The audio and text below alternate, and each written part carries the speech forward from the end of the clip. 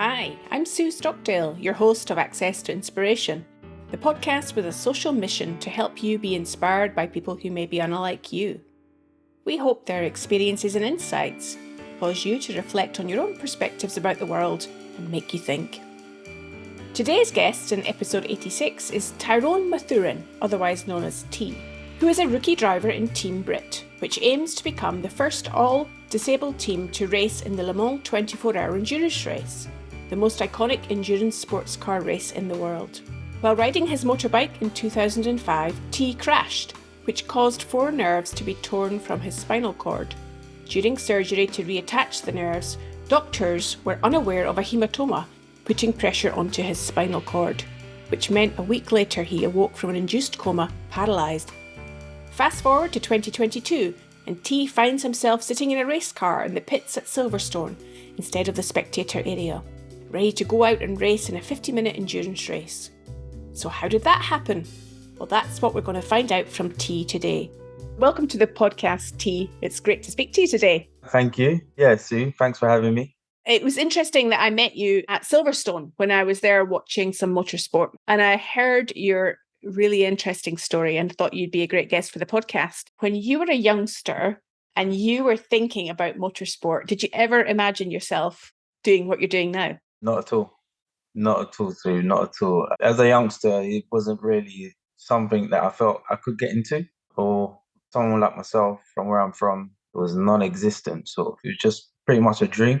When you say somebody like yourself, where you're from, what's your background? So I'm from South London, home of the iconic Battersea Power Station. And from there, I grew up in a household amongst my 2 younger sisters. My younger sister's father was present for most of my youth.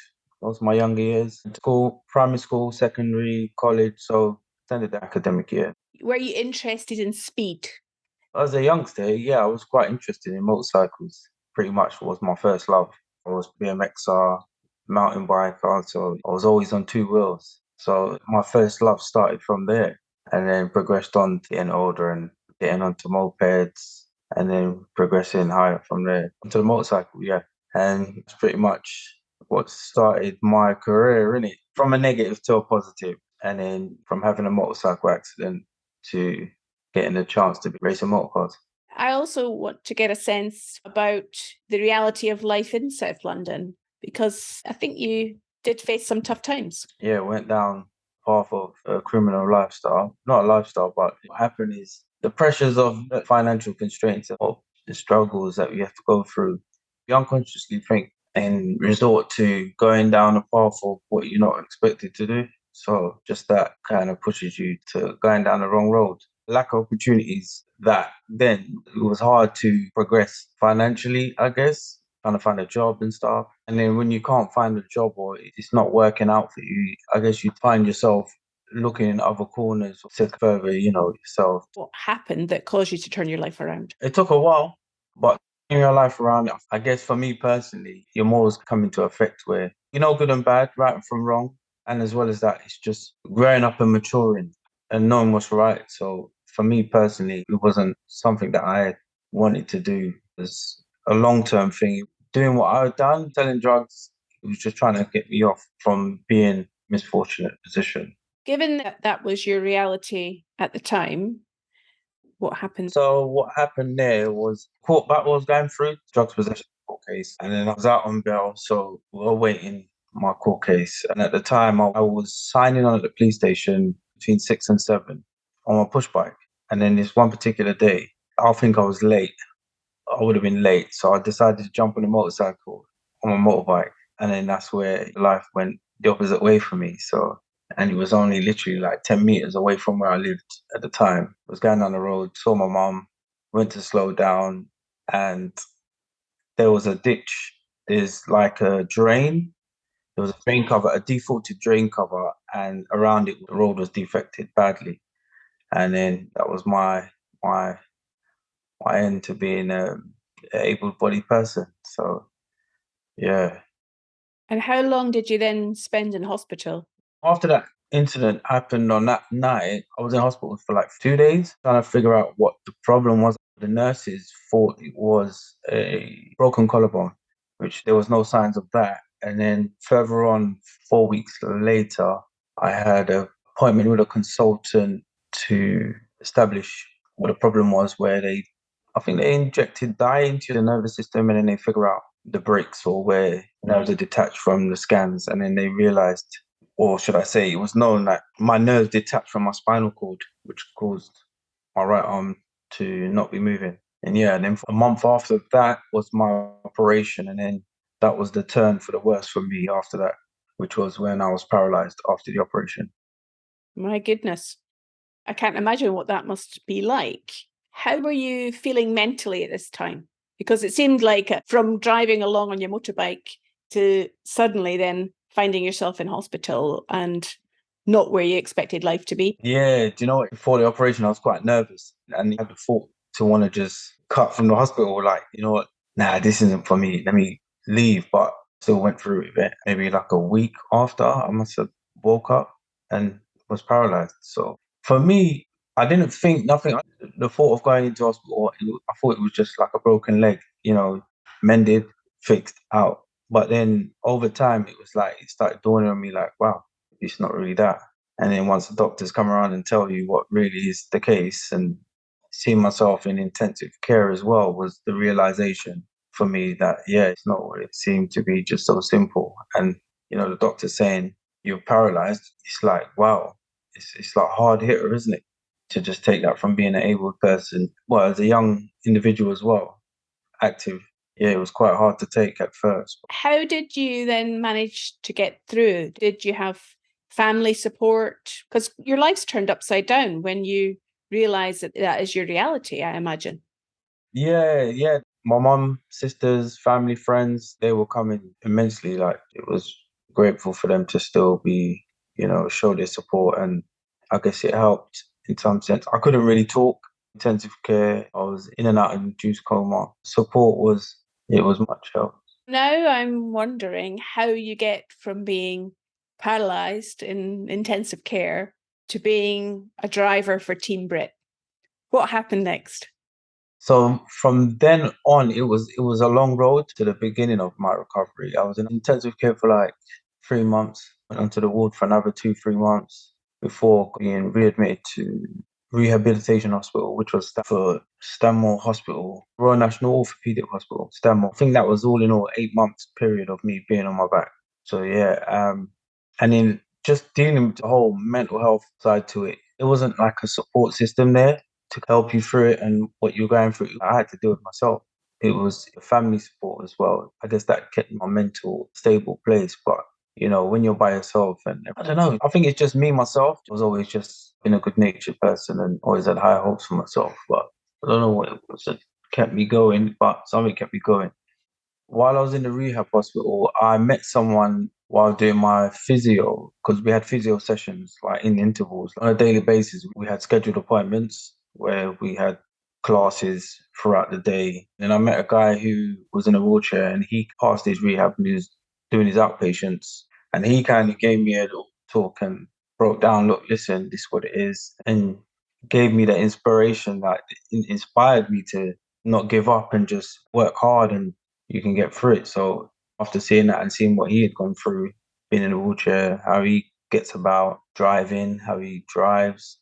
So me seeing all that from there, thinking, life was hard to not being so hard. There was no one to look up to who from a disability side of things. So there was no base to build from other than just to be okay with me being alive. You know what I'm saying? So from seeing that, from hearing what he had to say, it gave me a sense of hope and a belief to, yeah, things can happen.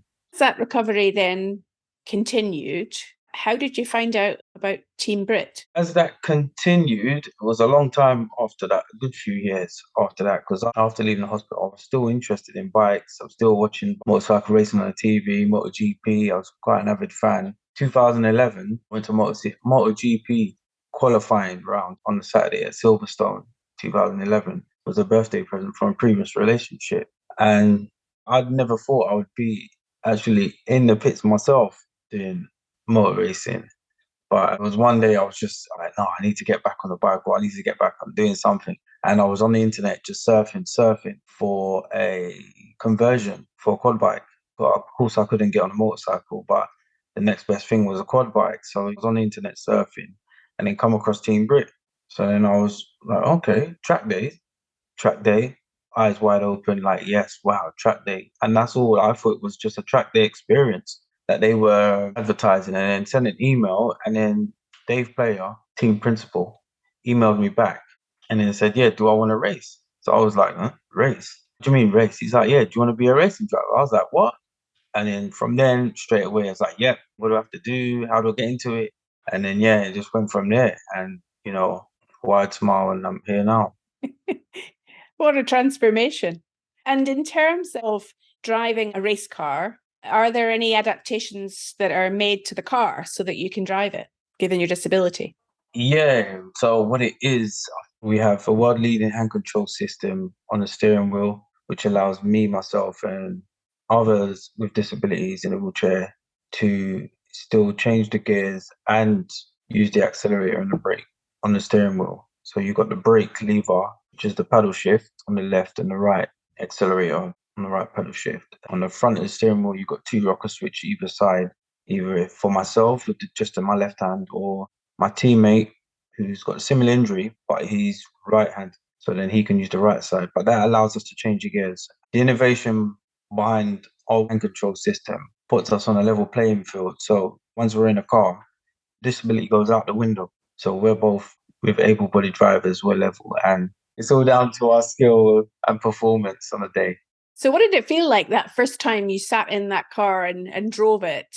Oh, it was mind-blowing at the start of it, because I've got no motorsport experience at all. So I started in the Team BRIT Academy. Before you get into the academy, you've got an assessment to do to see whether or not you're capable of becoming a racing driver. I had a 45-minute assessment on their sim rig. And then once you pass that, you have various hours doing go-karting, supervision of one of their experienced drivers. And then once you've gone through that assessment and they're happy with your progression, you're forwarded onto the training program at the academy. And then from there, it's like, that's the next level, being at the track for the first time. And like I said before, I went to the Silverstone in Moto GP at the qualifying, and I was sitting in the stand. And at that time, I was in a wheelchair. So then to be further years on, to actually be in the pits and look into where I was, which was at Cops Corner, it was mind blowing.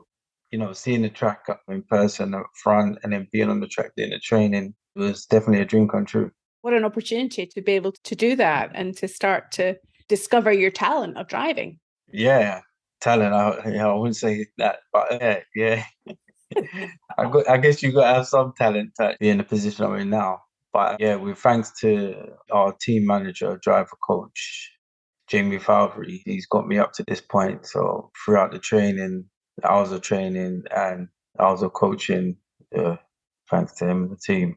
I'm wondering if that resilience you showed recovering in hospital and through your rehabilitation, if that helps you today in your driving and all the training and the things you have to do to keep improving. Yeah, of course. It's constant improvement to me. Yeah, it's trying to improve every time. It's trying to stay consistent, always want to try and be better. So that stays with you. It's similar to being in hospital. The thing is, when I was in hospital, I guess, yeah, it's the same. I was improving. So with my level progression, every time I was progressing, I'm always working harder. And then you get to that next level. So you're always working to every level, you're always progressing. So you never stop, and you're always improving.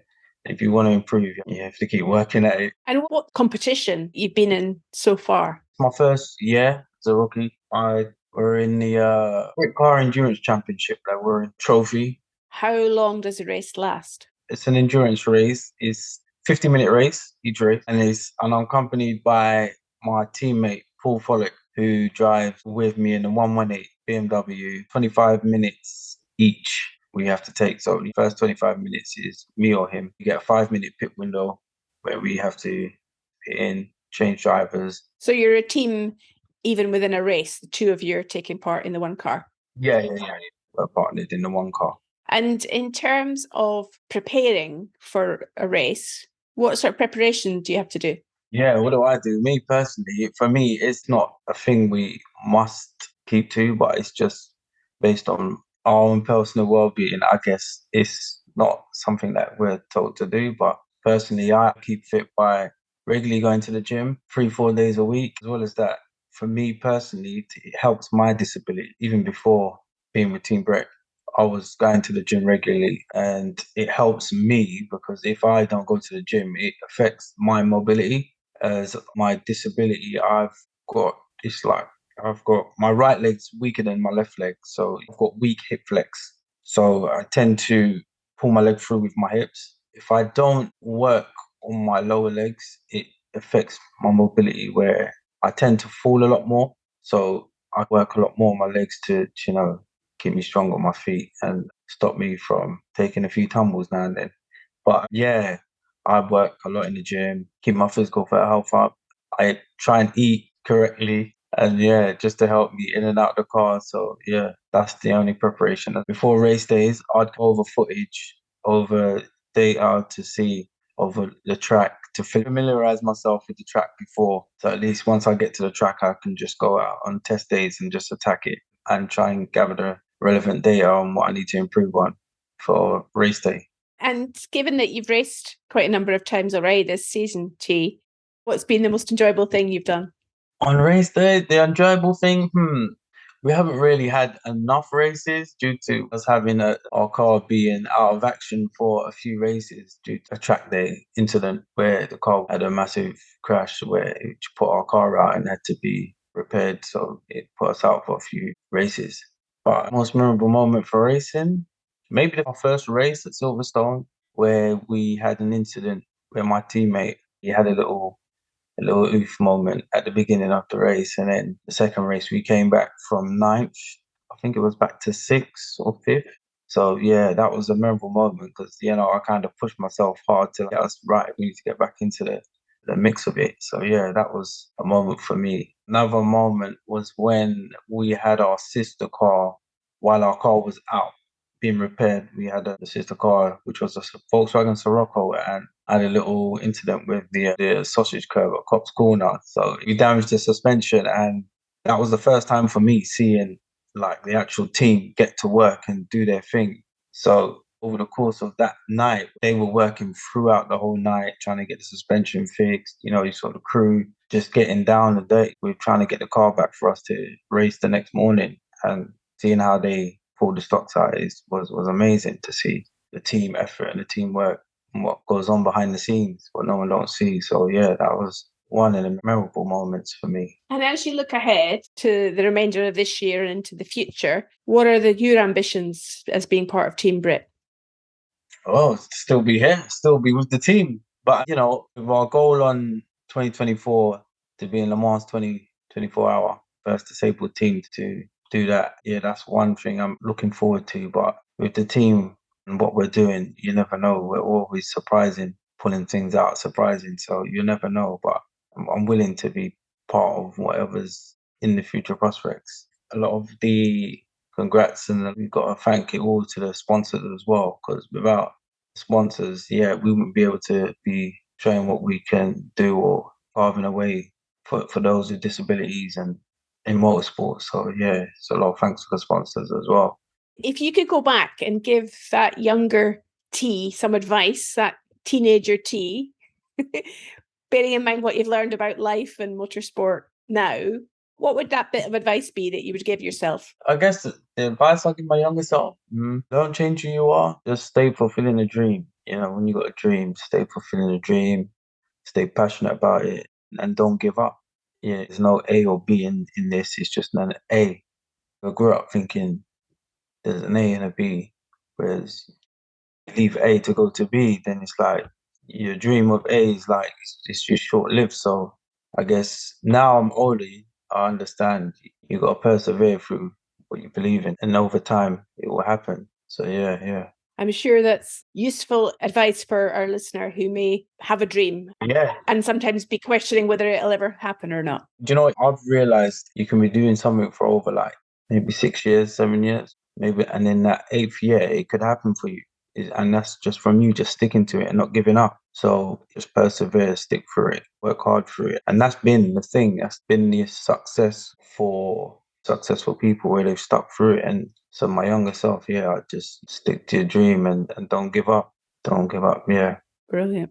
I think what we've heard from you today, T, is you've described that perseverance, that determination, that keep working hard in how you've been able to achieve what you have. Yeah. Well, me personally, I'm loving it. I'm loving the journey, and I'm always trying to improve. I'm always trying to better myself. So yeah, going into every race, I'm always trying to improve from the last race. So that and that I guess that will carry me through in just my life off the track as well. Just personally, just always improve, always trying to be a better person. And thankful with the team, they've helped me because not only being a better person, it's made me a more confident person, more outspoken. Do you know what I'm saying? I would have thought I'd be doing a lot of these interviews, or I've done radio interviews. It's not been one of them things for me, but I'm surely getting used to it. So yeah, I'm thankful, like gratefully thankful. Well, I'm sure your words will be inspiring for our listeners in this podcast. It's been really great to talk to you, to get your story. I wish you well into the future and for next year and further on. Yeah, I appreciate that, man. Thank you for having me. And yeah, thank you. I hope you enjoyed what T had to say, and we wish him well in 2023. Remember, you can read a transcription of this episode and all our other episodes on our website at accesstoinspiration.org. Next week, I will be discussing the important subject of sleep with my guest, Dr. Sarah Gilchrist, a sports scientist with an expertise in sleep and well-being, who's spent 20 years in the UK high-performance sport industry. I hope you can join us then.